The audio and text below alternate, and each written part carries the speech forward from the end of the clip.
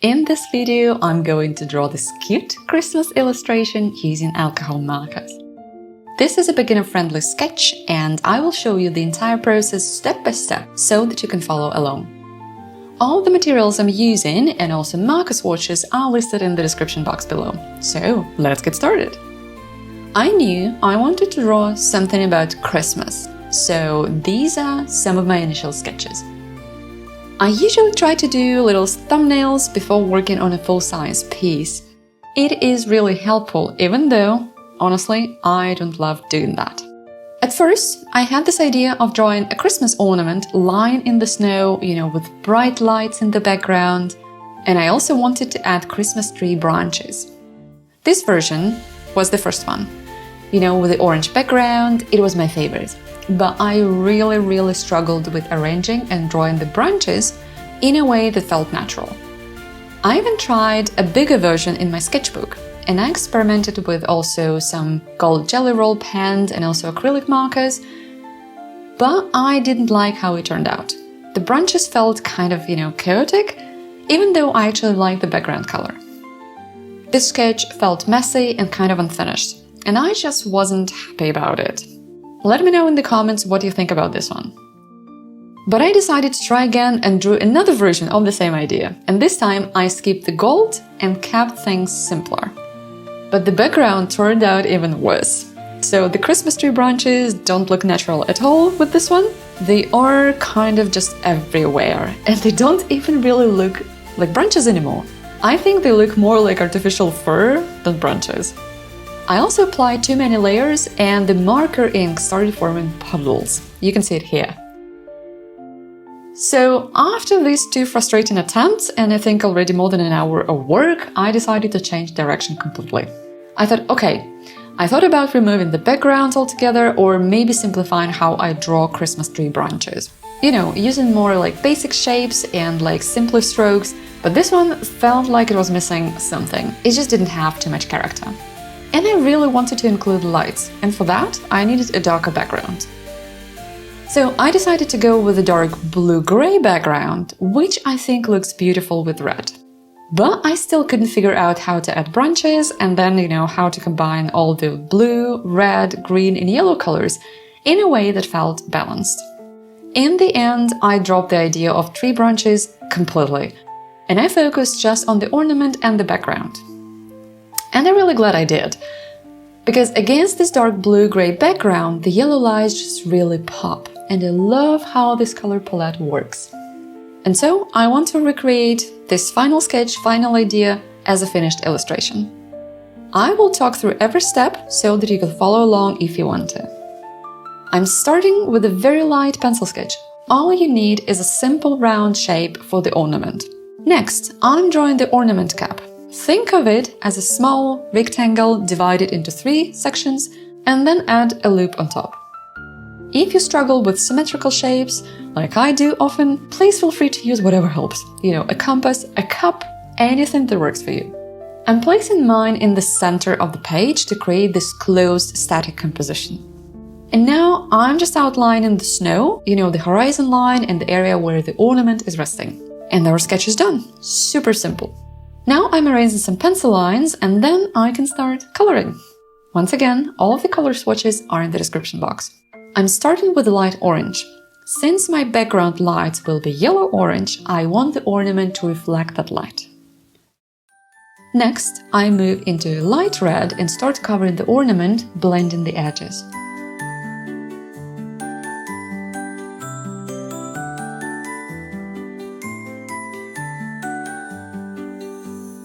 Then I switch to a slightly darker red. You can honestly just pick one red as your base color and work with it. To be honest, I don't really see much difference now between those two red colors here, but the difference was there when I did the swatches.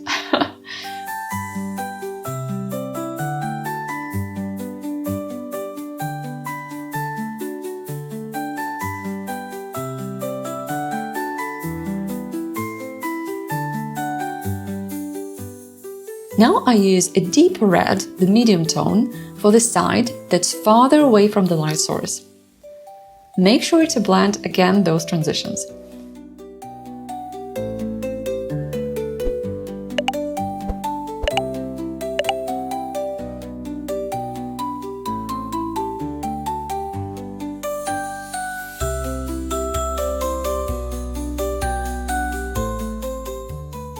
Now I'm taking the darker thread, and very important, do not cover the entire edge. Leave a thin light area on the right side, because that will be our reflection highlight. And it is very important because it will make our ornament a bit more realistic. And again, I smooth everything out and add a few more layers for a nicer blend, but you can skip this step if you are already happy with your result. I ended up with a weird darker patch here, not sure why. I'm trying to blend it out and to even out the color, we'll see how it works. And now I add a shadow onto the ornament holder, like ornament cap, with the darkest color.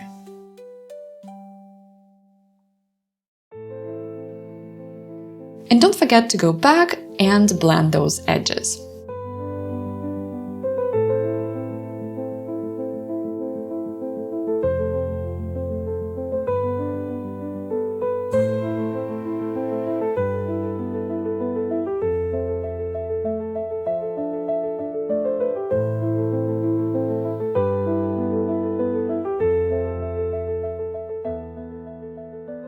For the cap, I start with the light yellow to indicate the reflections of the lights. I always prefer starting light because, you know, you can always go darker later, but not the other way around. Then I use my blue-gray tones, gradually moving darker for the areas farther from the light. So I apply blue-gray 1 to the left and to the right of the cap, but the middle part will be the darkest, since the top left and the bottom right edges catch more light.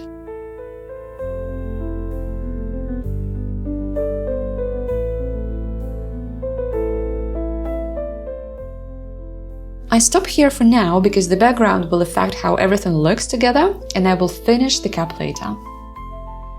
So before coloring the background, I mark where my lights will be, you know, by drawing the small yellow dots.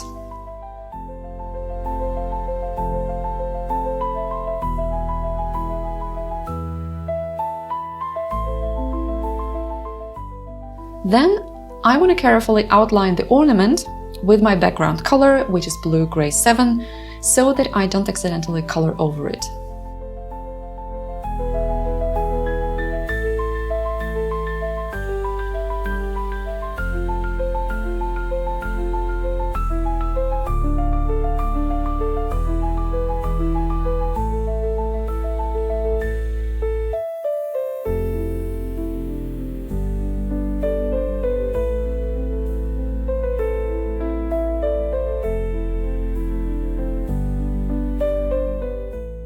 I also place a piece of paper under my hand to avoid any smudging when working with darker colors. Honestly, it doesn't look great on camera, but it really helps a lot, and I would hate to ruin my illustration by smudging the colors. Now I fill in the background with my blue-gray, and this is a beautiful color, I love it. Don't forget, leaving space around the yellow dots. These will be the glowing lights later. I am really impressed with how smooth and perfect the color is. Okay, done. And now the lights. I start with light yellow, but I don't cover everything. I will leave a white space right in the middle. This is the brightest point.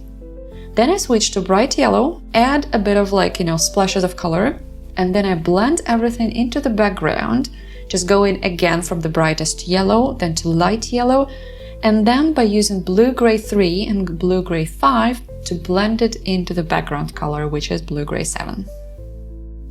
Important disclaimer, your outcome will depend a lot on the paper you're using. Our goal is to get a soft halo effect, and for this you need really smooth blending. And now I repeat this for all of the lights that we have on the page. Again, it goes from white in the middle to intense yellow, which fades into light yellow and finally transitions into the background blue-gray color.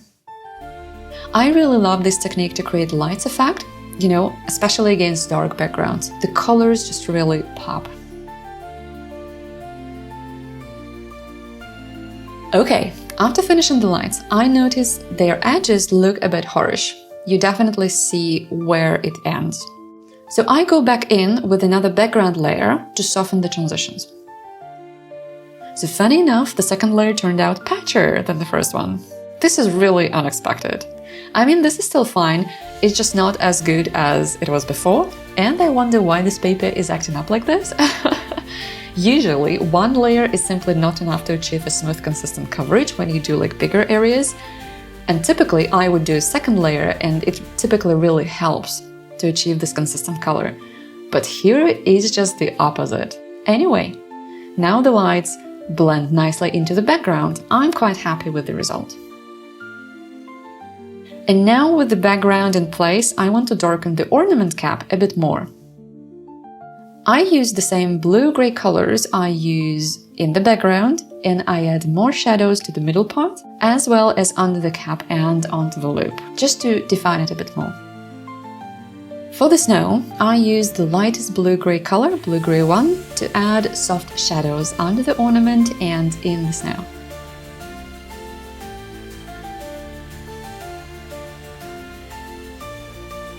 I want to blend the edges with the Colorose blender so that the transition is a bit softer. And I want to deepen the shadows just a bit with Blue-Gray 3.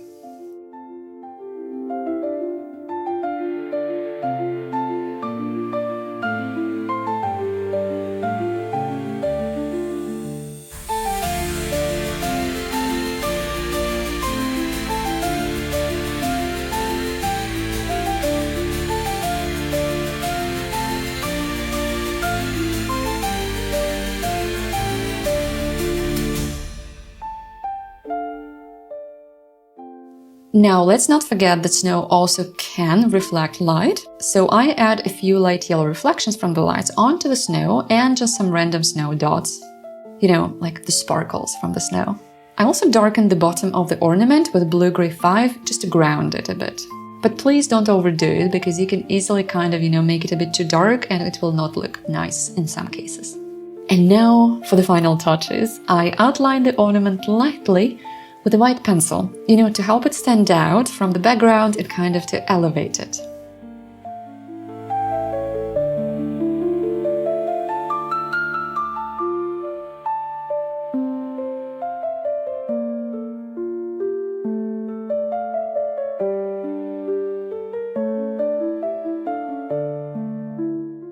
Oops, I went a bit too heavy here, but luckily I can always erase pencil. I'm super happy with how it's turning out.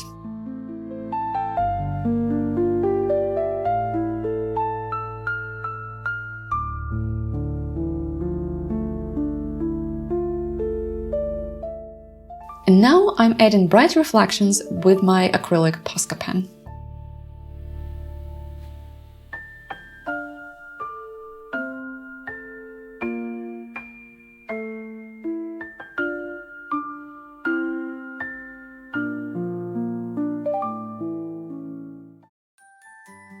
So, since the ornament reflects the lights, I go over those highlights with yellow mica. Those are the reflections from the lights. It may seem too much, but wait a bit till we add fallen snow. Using the same Posca pen for the snow, varying the size of the dots so it looks natural. So here is my finished Christmas ornament illustration. I am really happy with how it turned out, especially considering all those struggles with other sketches at the beginning. Thank you so much for watching, and I wish you all Merry Christmas and Happy New Year! Bye, and may your markers never dry out!